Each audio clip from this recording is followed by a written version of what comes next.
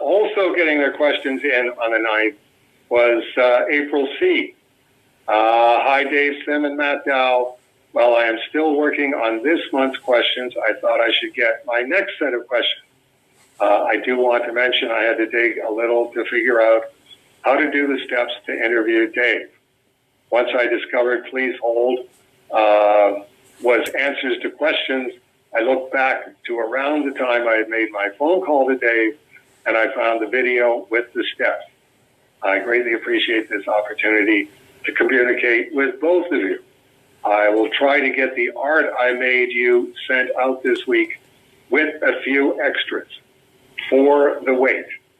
And thank you, April. Yes, I have the artwork sitting right here, and that will be going into two of the stay flats in the Cerebus archive.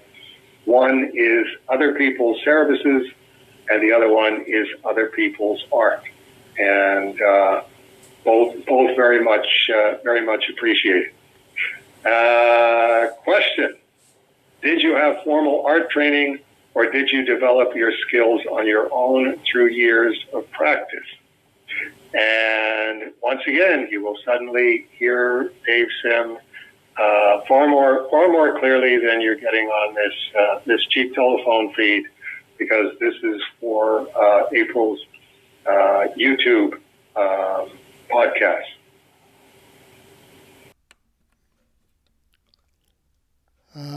No, absolutely no formal art training or even informal art training. Just looking at the comics that I liked and the cartoonists that I thought were the best. Top of the list at the time, Neal Adams and Bernie Wrightson.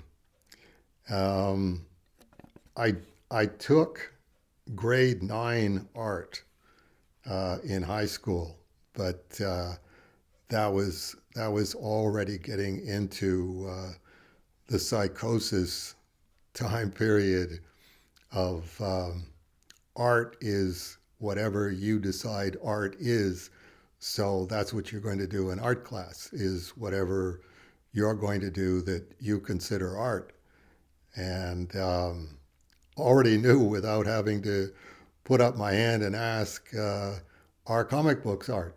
That would have gotten a good laugh all the way around, and from no one more heartily than the teacher. So I always had that major disconnect of, okay, all of these things are considered art, but comic art isn't considered comic art. And having seen, Neal Adams originals and Bernie Wrightson originals at Cosmicon when I was 16, and having seen the printed versions before that, it was okay. This does not compute, but I do understand that it's just not something that you are allowed to dissent from. Art is pretty much everything besides comic art. So yeah, it was really just I had to come over here and learn all of the materials and try and figure out what it was that I was looking at, and how do I try and do this myself with absolutely nobody to consult on about it. I remember Mike Kaluta saying to me that it was a great revelation to him to find out that Frank Frazetta didn't do his paperback covers the same size as the paperback. You did them larger and then had them reduced photographically. As Mike said, it's like having to invent the wheel, which is easy unless you're actually having to invent it and you don't have a basis for it. And that's pretty much the situation that we were all in. It's like you did it wrong and made obvious mistakes, and then just had to figure out everything on your own, because what you were interested in and what you were trying to do was universally deplored um, in society in general.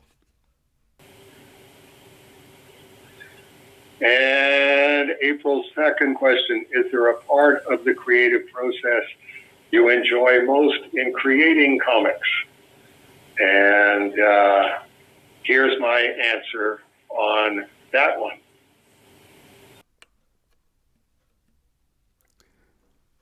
No, I'd have to say that I enjoy all parts of the creative process.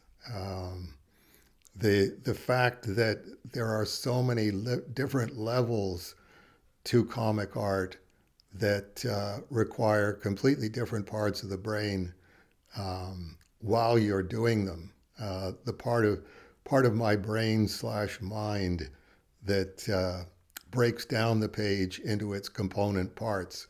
Here's where the close-up goes. Here's the word where the word balloons go, so that you're reading the word balloons in the right order, and they're carrying you through the page um, in the right order, and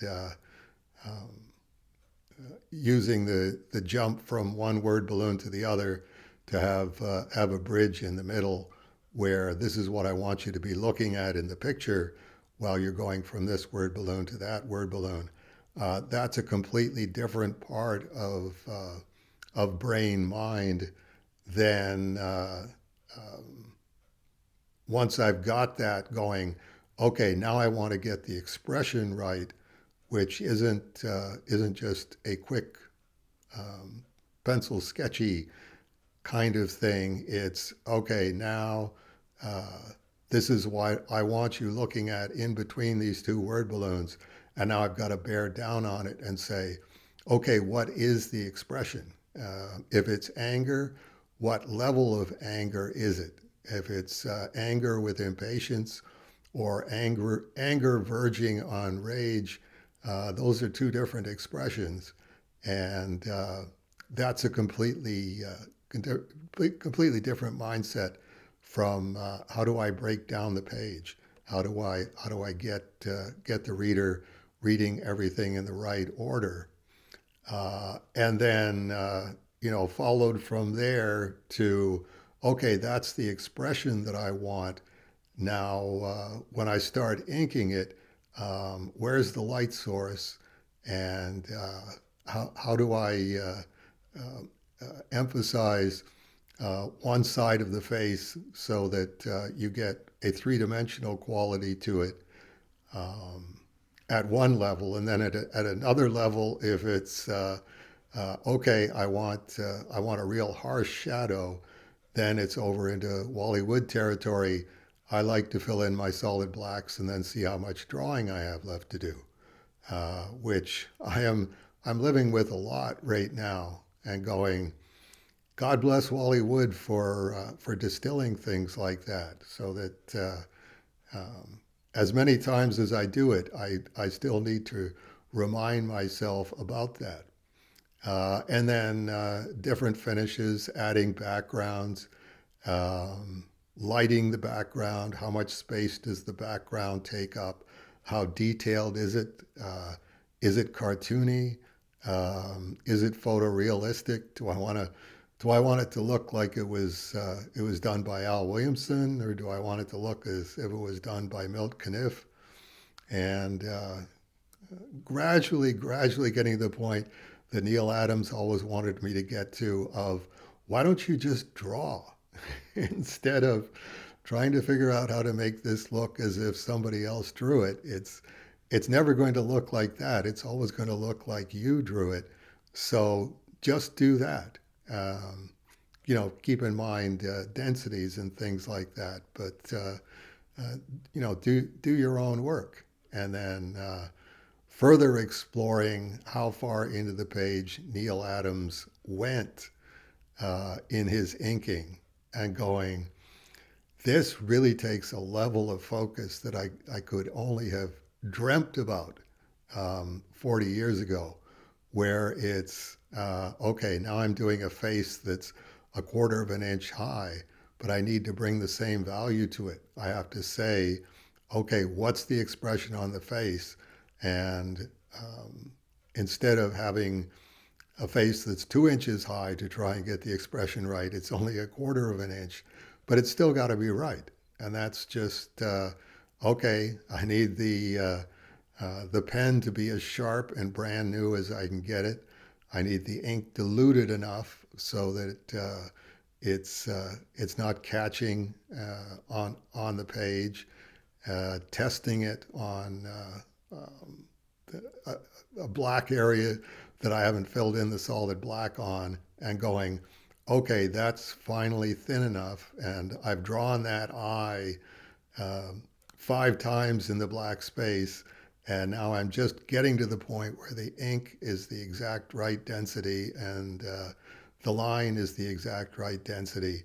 Now it's time to draw the eye and just hope that it comes out the way I want it to come out. And it's very, very gratifying. It's gratifying to finally get to that point after doing this for 50 years plus.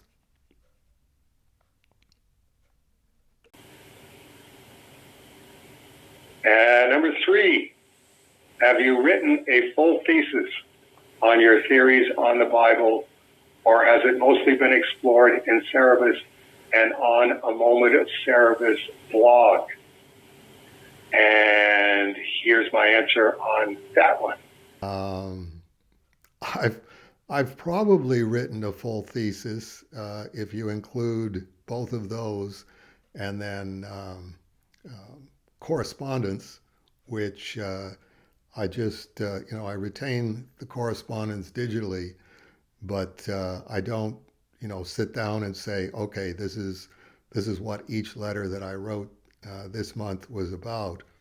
And particularly 20 years ago, when Cerebus had just come to an end, you know, I did get questions about my theories on the Bible, and I would answer them as best I could. But it's there's no common frame of reference for that to take place. I mean, the number of times where okay, they've read what I've had to say about Jesus, and then want to ask me a question about Jesus, and I have to say, no, you're asking me about the synoptic Jesus, and I'm talking about the Johannine Jesus. If you want to ask me about the synoptic Jesus, that's fine.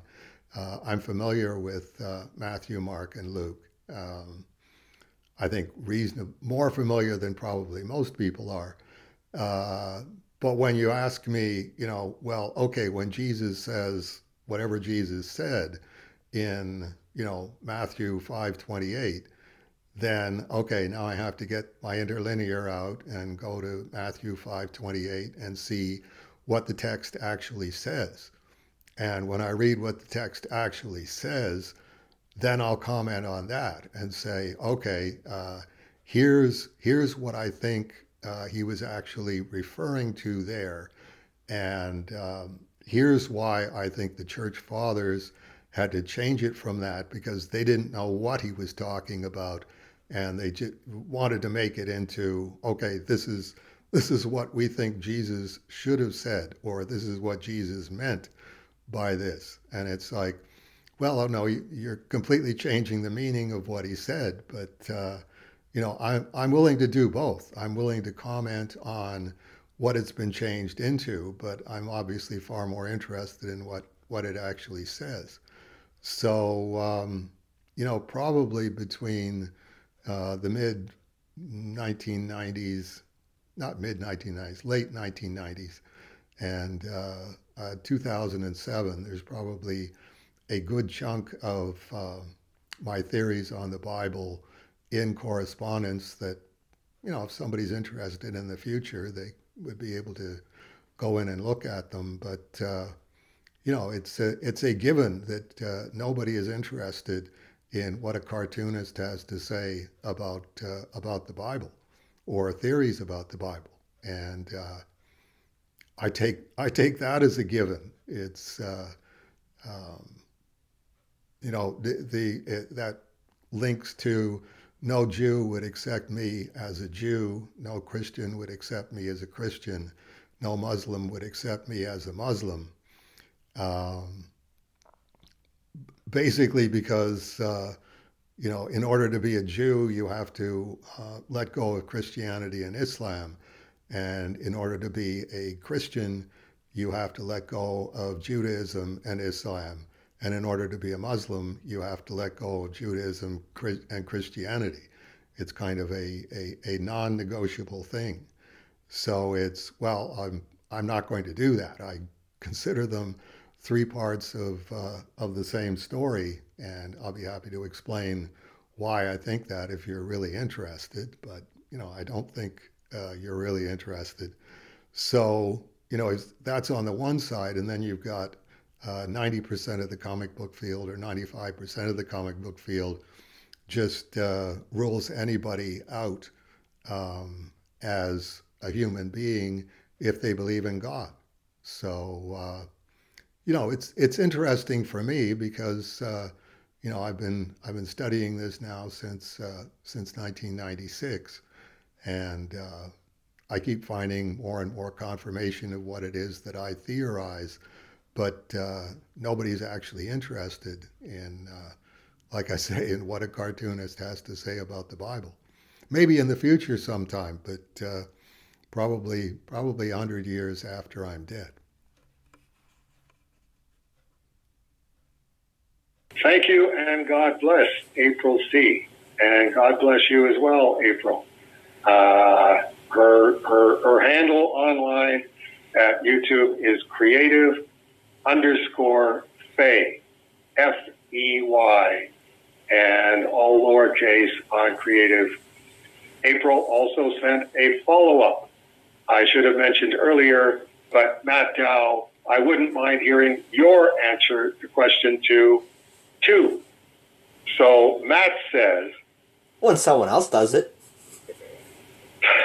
I kid. Actually, when I think of something I wrote 20 minutes later and I still laugh my butt off, specifically the after gag on this strip I did for Vark Trek, which it still has me in stitches, so everybody watching the video will see my mock-up for page 1 of Vark Trek, which is a variant cover to the Vark DeLorean that I pointed out. Variant covers are great, but if it's a variant cover that looks like a different comic entirely, we could just make a different comic entirely and get back that year-plus backlog of issues that we used to have before COVID and running out of steam. Getting ahead of the freight train, as it were. So the strip itself, which the part that I like is it looks beautiful because I went and Googled Jack Kirby's Space and found a bunch of panels and went, okay, I can just crop this, and it'll look like a really neat space scene because Jack knew what he was doing. And it's my mock-up of the Varkterprise, which is the Enterprise with Cerebus' head on it, and Dave has a suggestion to improve it, and David Birdsong has actually done Dave's suggestion and made a new version, but since this is just a mock-up, I didn't throw it in there yet. But the after gag is, damn it, Jim, have you been in my Rigelian Kush again? Which, I just really like the idea that, that it's Bones getting all mad that Jim's smoking his pot. And it's space pot. I didn't even pick up on that. I'm sitting there going, Matt Dow thinks this is hilarious, and I just don't have the Star Trek mind for stuff like this. Well, okay, I should really quickly do this for the audio folks who are going, oh man, for the blind people in the audience. So it's 4 panels of Kirby Space, and the dialogue is outer space. Just think about it. All those stars and planets and stuff. Like, wow, man. And we sail through it in a tin can, just trekking. And then it's the Vark Trek logo. And so the after gag of, damn it, Jim, have you been in my Rigelian Kush again? With 3 exclamation points. I decided, because I it's one of those, hey, Vark Trek should be its own book. And okay, I'm starting to work on it. And I decided that, so it's going to be Dante as Captain Kirk, and it's Baby Yoda Spock, who will be coming in the Vark DeLorean, so it's a bit of a spoiler for anybody waiting for that issue, as Spock. And then Virgil is going to be another member of the crew, but very much not Dr. McCoy, because I've decided that the Dr. McCoy character in the Service in Hell with a question mark universe is the Aftergag guy. Aha! So all the Aftergags will be, damn it, Jim. Okay, good casting. Good casting. And my initial, okay, I'm going to do this was I took the art for the Vark Trek cover that's based off of Gene Day's Star Trek cover that we parodied, and I had Birdsong send it to me, and I'm like, this will be one of them quote-unquote easy issues where we use the same image on every page, we just have to change the dialogue. It'll write itself, right, Matt? And I'm like, okay, I'll do page 1 introducing the concept, page 2 building on the concept, and then page 3 will just be the cover image for the rest of the book. And I printed out the image, and I got it on a little clip, or a little stand, and I've been staring at it while I do other stuff going, there is not a single joke in my head to that image. And before I suggested this, I was thinking of doing a Star Trek parody with my characters in one of my mini-comics, and, I keep coming up with ideas for mini-comics that I don't have time to do, and I'm like, no, and I actually drew, here's my characters as the Star Trek cast, and there's this part of me that's going, well, what if I just did both together, where it's the Service in Hell with a question mark parody, and it's the Iguana versus Beer parody, and due to a transporter accident, because it's Star Trek, that's all they ever had in the original series was transporter accidents, the two universes collide, and so the tentative title for this issue is Mirror, Mirror on the Wall. Which is another inside reference. I at least picked up on that part. Well, there's the classic episode called Mirror, Mirror, where Kirk and Spock, or no, not Spock, it's Kirk and 3 other members of the Enterprise beam aboard, and there's an accident, and they end in a parallel universe where everyone's evil. And that's where Spock's got a goatee, because he's evil. That's how in science fiction, the shorthand for you're in an evil parallel universe is they have a goatee. Which, in the early 2000s, when I used to go to the Chicago Comic-Con, me and another guy pitched it to Eric Larson that when he was going to introduce an evil version of the dragon from a parallel reality, and we were like, he's got to have a goatee. And Eric Larson looked at us and went, no. The whole point is he looks exactly like the dragon. Well, I said the goatee, and Eric liked the idea of the goatee, but then the other guy had this thing for mullets, and it's like, give him a mullet too, and it's, no, we're not putting a mullet on the dragon. A mullet and a goatee on Savage Dragon. Why, if I had more spare time... Yeah, okay. Spare time, what's that? I'm wondering, can you do this Vark Trek in 16 pages? If I do the version where it's the 2 parodies together, maybe. It might end up going up to 20. Okay. It's at this point, the first 3 pages are pretty much in my head. I have a mock-up of page 1. I have half a mock-up of page 2. I just have to finish some of the dialogue. Do the mock-up for page 3, and then it cuts over to the other universe, which gets to how those characters get into the transporter, and then the 2 transporter, then it becomes my characters in Service in Hell, which, of course, Beer being Beer immediately sees Service and is like, hey, how's it going? And Service is going, no, please, no. Dave, you promised this wouldn't happen again? No. Because, every time I team up my characters with Service is very much going, no, I don't want to do this, no, please, stop, no.